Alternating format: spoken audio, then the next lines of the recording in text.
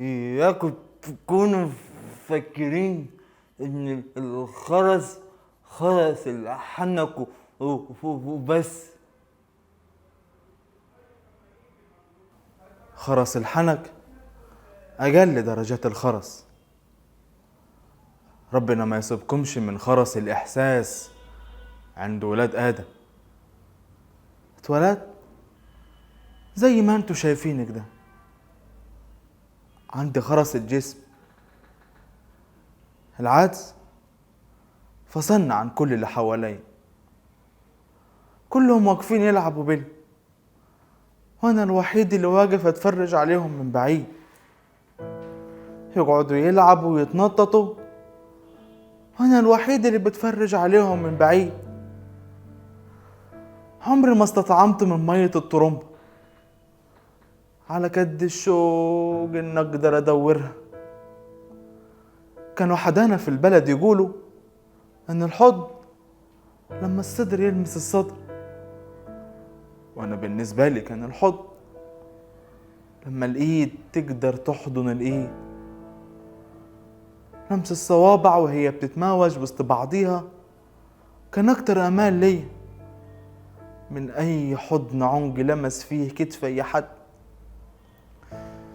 كل نظرة عطف، كل بصة قشعرة، كل كلمة نقص متعمدين يوجهوها كانت سكينة تلمة بتقطع في لحمي.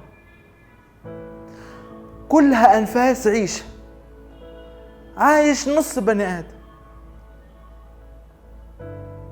لكن مفيش غيرها. هي الوحيدة اللي عمري ما حسيت معاها إن قليل. رحمة أصل العشق، الحاجة الوحيدة اللي ما فيهاش خرس.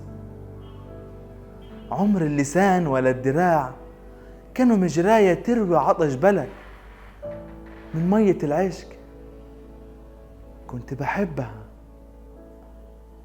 لحد ما جه الراجل اللي معبي فلوس من الكويت، اشترى الرحمة والحنية، وبعد ابويا ما مات اتعمل علي مزاد ولا زمن العبيد. تشتري يا استاذ، تشتري يا باشمهندس عيل يغديلكوا مصالحكم، او انت يا انسه تشتري عيل يغديلكوا طلباتكم. عيل غلبان، والاسم كمان غلبان. غلبان والد الحج ابراهيم. مين يزود؟ مين يحن عليه اكتر؟ مين يعطف عليه اكتر؟ مين يزود اكتر؟ مين يعطف اكتر؟